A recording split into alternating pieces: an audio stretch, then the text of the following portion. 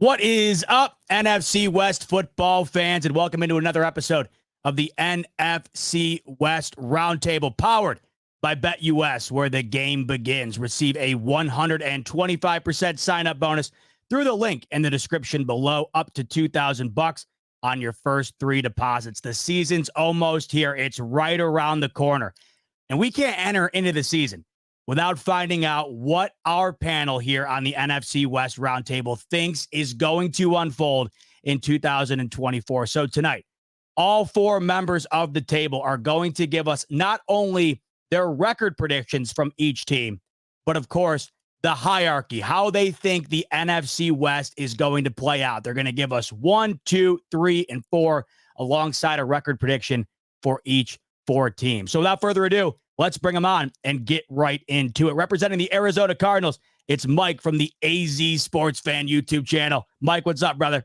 What is going on? I'm ready to see. Every time we do these rankings, I feel like, I got to take notes, take receipts, because everybody puts us down at the bottom. But it's okay. I know we got to go through the bumps and bruises. I'm excited to see what you guys think about the Cardinals. As always, I'm ready to rock.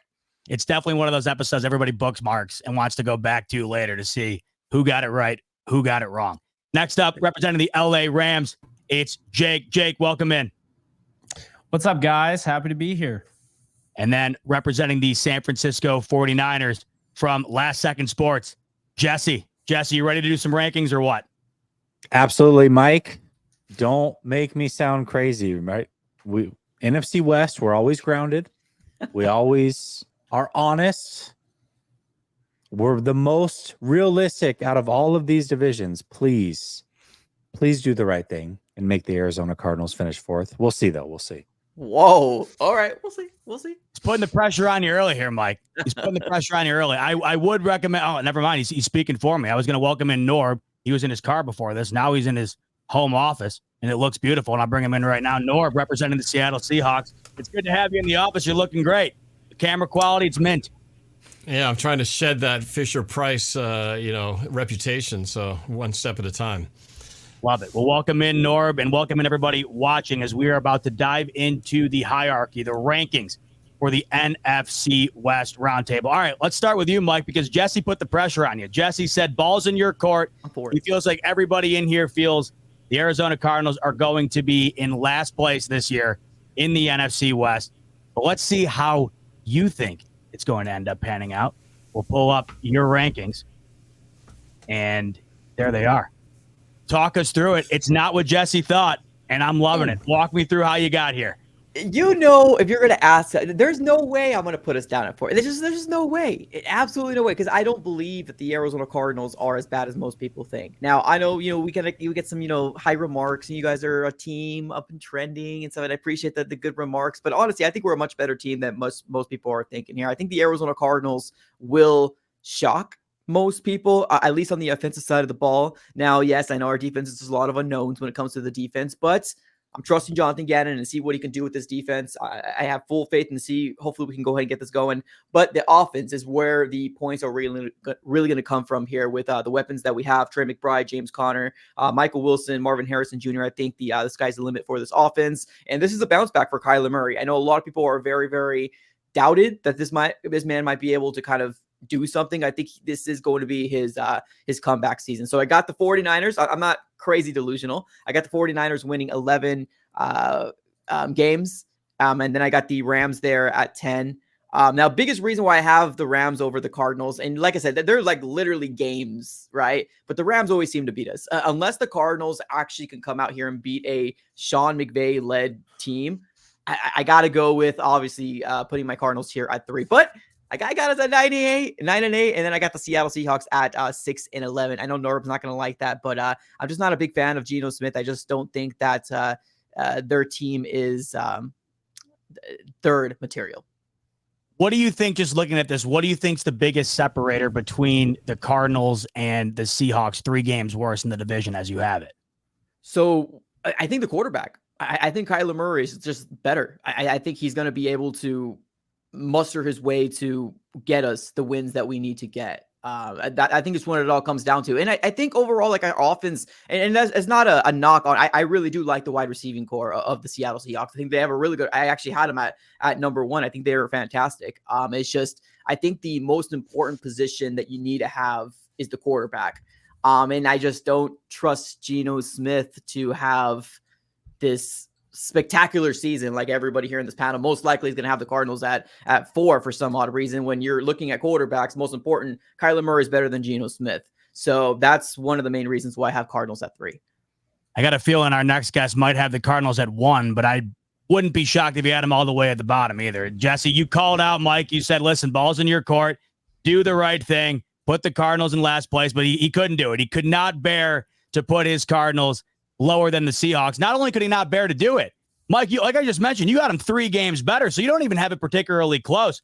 So you got to love the confidence. But, Jesse, I have a feeling you have a different opinion, and there it is. You certainly do. In fact, you have them as the same record that Mike had, the Seattle Seahawks. So walk us through how you got to your rankings here in the NFC West. I understand that Mike has to represent the Arizona Cardinals, and there's no way that he wants to piss off the fan base. I totally understand where he's coming from. I don't think he believes it in his heart, though, either. I think the Arizona Cardinals are clearly the worst team. The 49ers, as I go through the schedule, I actually have them at 13 wins, but I do this every year where I give them one less win than what I think. And usually I end up being spot on with their record. So going through the schedule, having them at 13 wins, which means I'm going to give them one loss where I didn't expect it. Maybe that's now the Jets week 1, which I initially did not predict as a loss, but I can see that potentially being a loss, even with all the horses back, none of them being here this offseason. Maybe that's the game that they fall.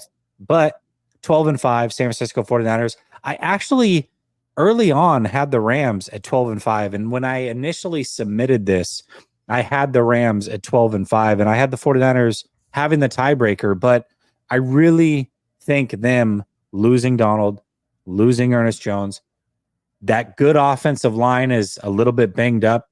The prized possession that they got this offseason is already injured. So I don't know if I can trust that team to stay healthy. And as great as Stafford is, if he misses a game or two, that's almost a guaranteed loss. So I had to put the Rams down at 10-7, but I do have them making the playoffs, and I do have them finishing second. The Seahawks might be able to sneak into the playoffs. I don't know. A lot of people look at the Seahawks and they don't see the things that I see. And maybe I'm crazy for thinking it. I will say them having Abe Lucas out for the first 4 games is an absolute killer. One of the things I'm relying on from the Seahawks is for them to be much improved in the trenches. That included Lucas playing. He's not going to play the first 4 weeks, but they have a pretty easy schedule to start. I believe they start off with the Broncos and then the Patriots. So I think those are 2 wins no matter what. And then outside of that, I just think that it's an overall improved roster. And the biggest thing is, I think it's an overall improved coaching staff. They've got young minds who are going to come in, change the culture around quickly, make them schematically a formidable foe. And I just think the Seahawks can win 10 games. So I've got them at 10-7. And I think the Cardinals are going to be at a lot of close games. I don't think they're a pushover by any means. I don't think they're an awful team. And I do think Kyler Murray is much better than Geno Smith. But the rest of that roster is just not on par. There's no way that Kyler Murray, who I think is the 3rd best quarterback in this division, is so much better than Geno Smith that he can flip-flop 3rd and 4th place. I just don't see it. So I've got them finishing at 6-11. I'm interested because you have the Rams tied with the Seahawks. And I think if you were to ask most people, they would probably have the Rams at least a game better. You had mentioned that you kind of fear Matt Stafford's health a little bit. If he goes down, that could be a question mark. You did mention as well with Seattle that you think that they have a young and upcoming staff that's going to be able to inspire them to maybe a better season than most would think. But ultimately, when you came down to deciding these 2 teams having the same outcome, what was the biggest difference maker in having the Rams with the same record as a Seattle Seahawks team that most would probably think are a tier beneath the LA Rams? Yeah, I think it's the trenches. Again, I know that there's some injuries there and they're going to have to get back healthy, but looking at those first 4 games, I think they're winnable games regardless of if those players are in or out. And I just think ultimately the roster is a really, really good roster. But the reason I have the Rams finishing ahead of them is it comes down to the tiebreaker. And whether that's through the NFC West, which I could see them having the same record, I think ultimately the Rams with Stafford stack up a little bit better against the NFC overall. And so they'll eventually have the tiebreaker. And that's what's going to for sure give them a spot in the playoffs. And Seattle at 10-7 might actually miss the playoffs. We'll see. But yeah, the Rams initially, I had them at 12 wins because of some of the losses. I had to move them down to 10, but I do think they make the playoffs still. Before we hear from Jake and Norb, a quick reminder that this episode of the NFC West Roundtable is powered by BetUS, a 125% sign-up bonus via the link in the description below, up to $2,000 on your first 3 deposits. A quick word from Michael Vick before we hear from the Rams and the Seattle Seahawks. Michael Vick here at BetUS.com. Get it all. Huge bonuses, great odds, a race book, live in-game betting, and a casino. BetUS, my online sports book and casino. All right, Jake. So 2 guys in so far with Mike and Jesse, and we have your Rams in second place with both. And I'm interested to see where you think the Rams are going to end up finishing this year. And there it is. Top in the chart. Jake's got the Rams 13-4, finishing a game better than the Niners. Jake, walk me through how we got here. Yeah, so I think the Rams, first off, they play the Cardinals very well. So those are 2 wins right there. Then you have Seattle, which I think has been tough, but I also think that the Rams typically win those games as long as they have a healthy quarterback. The 49ers have just dog-walked the Rams for a while, but I think last year we saw really just how much the Rams closed the gap. Without Cooper Kupp, with Kyren Williams in his first game as a starter, and they had a real shot in week 2 to beat that 49ers ball club. Then you look later on in the year, of course, they're starters sitting and what have you. The Rams do win that game with Carson Wentz, some backups going up against each other and what have you, but still. I think the Rams, even without Ernest Jones, are still the best team in the NFC. I think this is the first time in Sean McVay's, tenure that they're going to get the number 1 seed.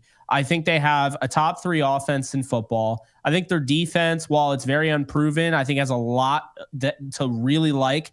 I think Cameron Curl is going to be an absolute stud this year for them in the back end, the secondary. I think guys like Quentin Lake and Bobby Brown III and Kobe Turner, Braden Fisk, Jared Verse, Byron Young. I think there's a lot of names that might not be household yet, but people are going to really know them. So I think it really all comes down to the fact that the Rams have embraced changing their offense around. I think it really comes down to the offense. We saw when Kyren Williams went down, this team had an anemic offense, and it was kind of confusing as to why. You have Cooper Kupp, who's going to be back healthy, and Puka Nacua doing what he did. You add Jordan Whittington. You still have Tutu Atwell and Demarcus Robinson. You add Colby Parkinson. They'll get Higbee back at some point, but it's the offensive line that gets me excited. And the reason being is because Jesse's actually brought this up before when we were talking about, potential. Like, I think Cooper Kupp and Puka Nacua could both go over 1,500 yards. But at the same time, this is a team that's going to be a balanced team.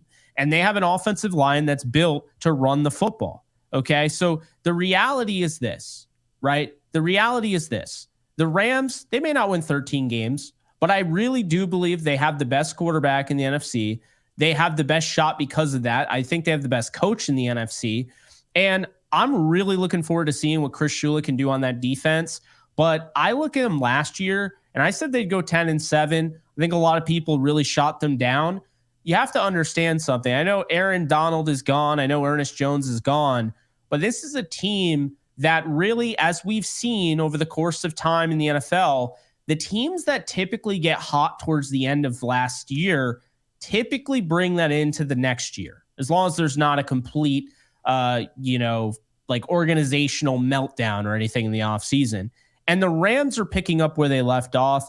They're picking up that saved game file, and they're ready to get going in 2024. And I think really they have so much going for them. Even though the Ernest Jones thing stings, I don't think it's crippling enough for me to even take away a win from the Rams. So I think they win 13 games this year, and I think they're going to do a great job of finding ways to win whether it be flashy or not.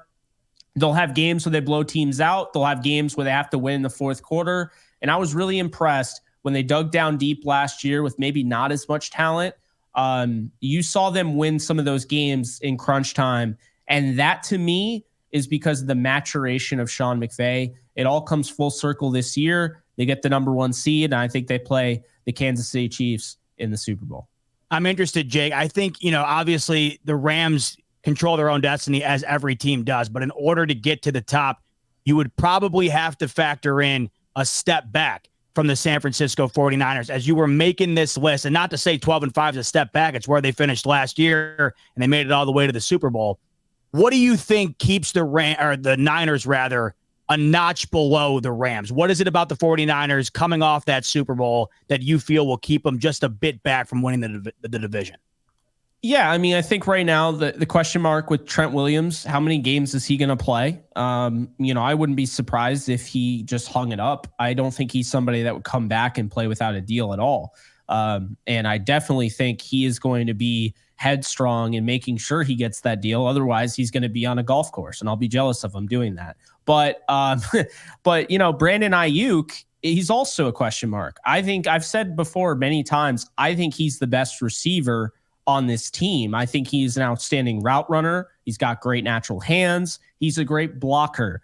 I think he is so much better than Deebo Samuel. It's not even funny. That's why I've said that I think they should trade Samuel and actually pay Ayuk.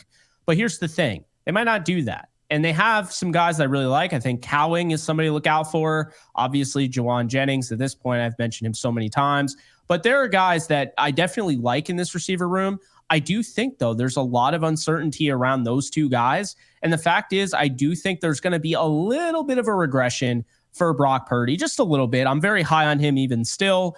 I am concerned about Christian McCaffrey. He had a lot of snaps last year. He had a lot of touches. We'll see if he stays healthy. He's proven in the past he can't stay healthy. So last year was kind of a surprise year. I am expecting him to at some point get banged up this year. I'm not, hoping for it, obviously. And I'm not predicting the injury, but I'm just being honest. If you look at his career, especially with Carolina, he had some issues there. So I am concerned about that.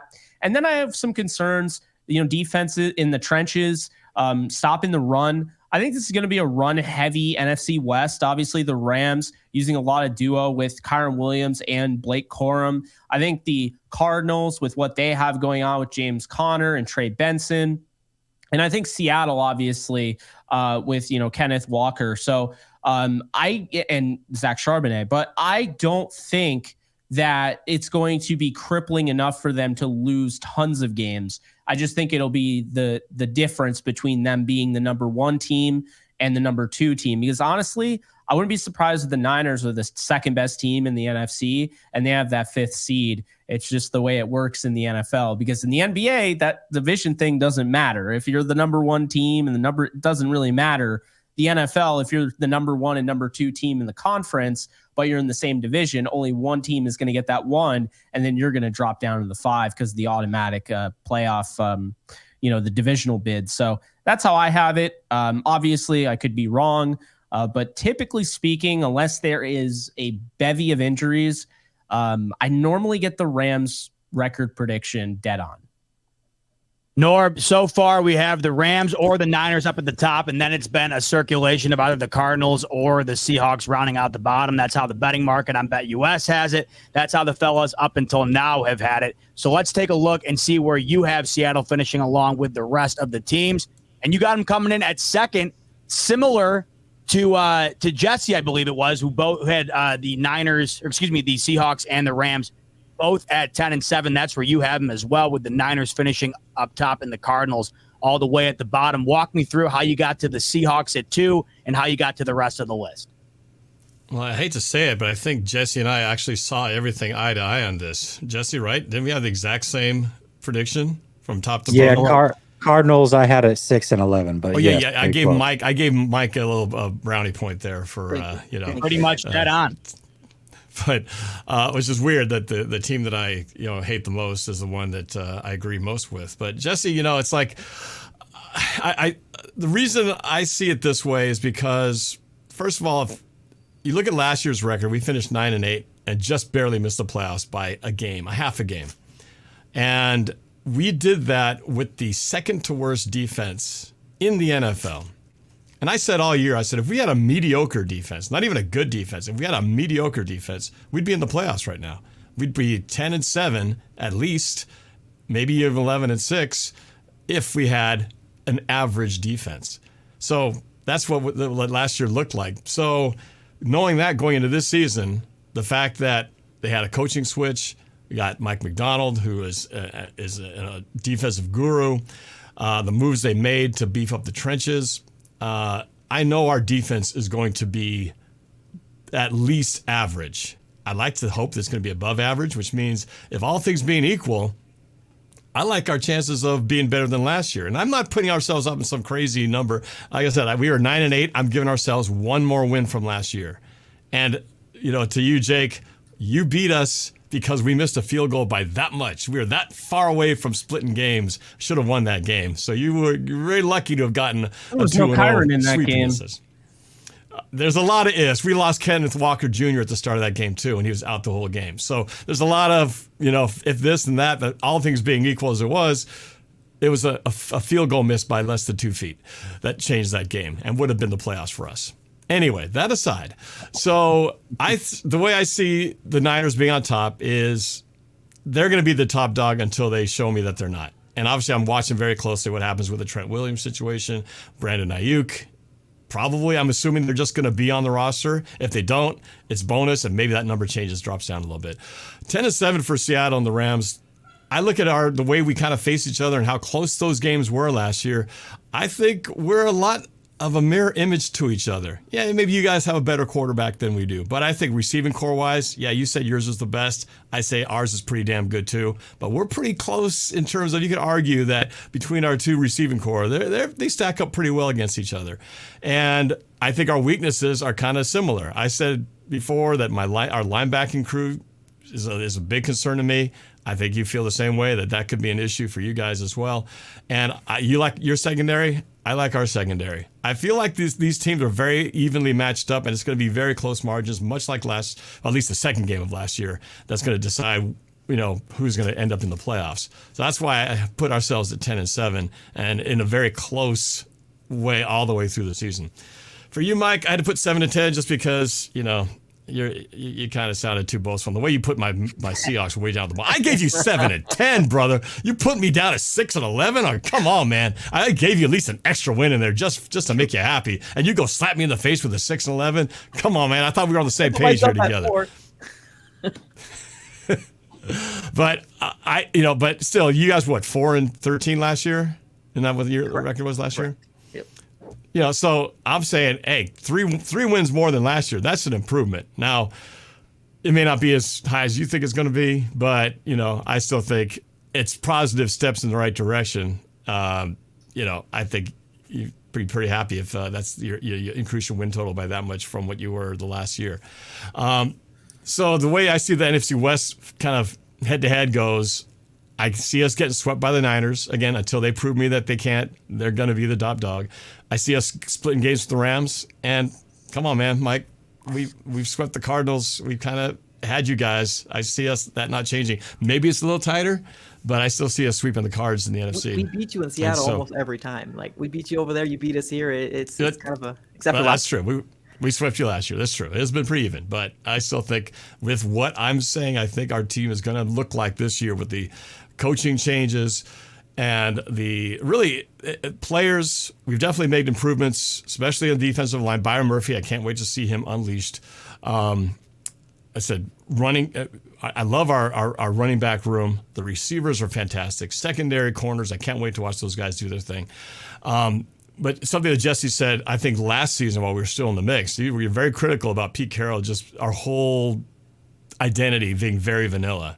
And I think we haven't seen it yet because it's all preseason, but I think the look this year, both on offense and defense, is going to be much more exotic. There's going to be much more pre-snap movement, a lot more deception, something we haven't seen under the Pete Carroll era for the last 12 plus seasons. So I feel like, Jesse, exactly what you said we don't do very well. Well, I think we're going to see that come this season, and that's going to help us as well. And give Geno, like you said, Mike, Geno may not be the best quarterback in the division, but I don't think he has to be. I think he just has to be good enough. He just has to be good enough to not be an issue for the team, but good enough just to deliver the ball on time. He doesn't have to be the hero because the rest of the team will carry it. He doesn't have to put the team on his shoulders. Before we round out, let's do a real quick recap. So we'll go back to Jesse, who had the exact same prediction as Norb did. He's got the Niners 12-5, Rams at 10-7, Seahawks at 10-7. The only difference was he's got the Cardinals winning one less game. He's got the Cardinals at 6-11. Back to Norb just now, 12-5, as I mentioned, 10-7 for both the Seahawks and the Rams. Cardinals finishing out the bottom at 7-10 with the Niners all the way up at the top. Going back to Jake's 13-4, maybe the boldest prediction on here, but I love the backing up of it because in this NFC, the beauty of it is it does seem wide open. The top has a ton of talent, but unlike the AFC, it feels like there is more room to be able to have one of these teams be better than advertised or another team kind of sneak up. Not that the Rams are in that position, but I don't think it would shock anybody if it rotated at the top, unlike it kind of has in the AFC as of late. So you got the Rams at 13-4 up at the top. You got the Niners at 12-5 at number 2, Seahawks at 3 at 9-8, Cardinals rounding it out at 7-10. And then Mike, who had the Cardinals at number 3 with a modest 9-8, which would be, hey, Alpha last year, 4 wins, more than doubling your win total. Even if that did wind up happening, that would be a hell of a year for Arizona. 11-6 for the Niners up at the top. Rams at number 2 at 10-7. Seahawks number 4 at 6-11. All in all, gentlemen, it feels like you guys are anticipating a pretty competitive year, regardless of kind of how it pans out. It feels like you're feeling it's going to be neck and neck at the top, and even at the bottom, there's going to be a couple of teams that could steal a win or two each and every given week. But I guess that's basically just divisional football, right? You never know. You can never bank on the better team winning every given week. So I love the predictions. Before we round out, I'll go all the way around. Mike, I'll start with you. What would be the biggest shocker out of all the things you just saw right there? What would be the biggest shocker in terms of an outcome out of all of the rankings that you just saw? If there's one thing that stood out to you the most as far as something you'd be surprised that you saw happen. The 49ers take a crazy downfall. The whole Trent Williams thing and Brandon Ayuk, I think there's room for them to actually fear if that does come to fruition. And it's feeling like it. It's definitely feeling like 2 big staple points is going to happen. But to see, I think they still have a really good team on paper, but it would be a huge blow. But to see, I guess, the downfall of the 49ers just kind of right before our eyes would be a huge shocker. Jesse, how about yourself? Yeah, I mean, out of the list, the biggest shocker would be the Cardinals not finishing last. I think the other teams are just so much better. I do agree with what Mike said, though. There is a possibility. And listen, I'm a Niner fan. I love my Niners. But without Trent and without Ayuk, if that were to come to fruition, and I don't believe it will, that's not a playoff team. It's just not. And it would come crashing down immediately overnight. And, it wouldn't be good. It would not be good. So I do agree with him there. That's a possibility if those guys don't play. But, yeah, if the Cardinals don't finish last, I'd be shocked. Jake, anything stand out to you as something that would stun you if it wound up happening? I hate to copy his, but I mean, I don't know. I don't really see how the Cardinals don't finish last. And I mean, I'm probably one of the higher guys on the Cardinals that you'll find. I mean, I think Kyler is like really good. Like when I was watching the film on him, I was just really impressed. I felt like for the first time in his career, he was actually playing football, like actual NFL quarterback playing football and not college. And so I think there's been a maturation process there that has been really impressive to me, what he's gone through. The problem is I think that they have guys that you like, but the Cardinals are that team. You look at them on paper and you're like, oh, I like Budda Baker. I like Kyler. I like, oh, they got, James Conner's. We love James Conner, like that dude's just the heart and soul of that team. And, you see guys like that. And of course, Marvin Harrison Jr. And, they have guys that you like Trey McBride can end up being one of the best tight ends in football. But I don't think they have enough all the way across the board, because the thing that I actually want to point out, and another big reason why I feel really confident in the Rams, is because the Seahawks are kind of the wild card here, because we don't know what's going to happen with I'm totally blanking on his name right now. The head coach that Jesse and I didn't want you guys to get. Oh, McDonald. Thank you. Mike McDonald, yeah. So McDonald, my feeling is when you saw last year, the 49ers struggled against McDonald, the Cardinals struggled against McDonald, and so did Seattle. Do you know who didn't? The Rams. They scored over 30 points against McDonald's defense, and they had a game plan, and I thought McVay attacked that well. I think McDonald is going to come in here and be a problem for the NFC West. Like, I think he is going to really, that defense is going to be feisty. I think they have a really good offense that had a prehistoric bunch of play calling last year, as Jesse and I have alluded to multiple times on this show. So that's why I feel like Seattle's kind of that wild card. But I feel like they have just way more talent across the board than Arizona. So trust me, I actually like Arizona more than Seattle. I mean, as a Rams guy, Seattle and San Francisco have been the torments. Arizona hasn't no Rams fan should hate Arizona. I mean, if anything, I rooted for Arizona when Kurt Warner was there. Nobody that's obvious. should hate Arizona. So no one should hate Arizona. So I would love for Arizona to finish third. I would. I'd love to see them finish second, honestly. But I think realistically, third is probably not going to happen. It's the most likely of those two. But I really think that, give them another year or two. And I think Arizona's doing the right things where if you play the patience game, they could be back up at the top before you know it. So that's how I feel. All right, Norb, how about you? Anything on that list, or the list rather, that stood out to you as something that would shock you if it wound up happening in 2024?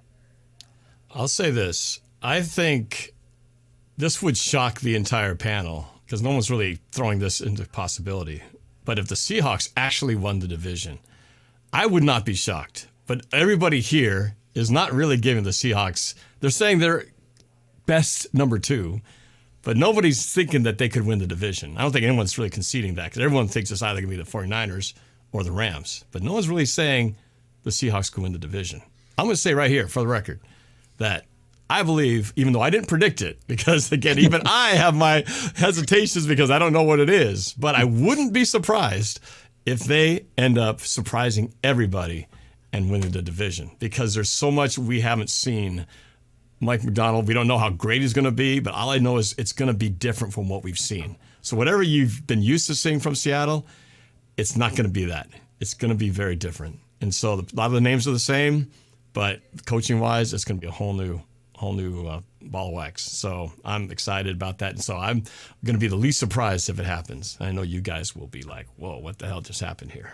Well, gentlemen, luckily for us, we're less than 2 weeks from the start of finding out exactly what's going to happen. And we look forward here on the NFC West Roundtable, sharing each and every week with you as we go along throughout the season and seeing whose list we just saw winds up being closest to how it actually unfolds.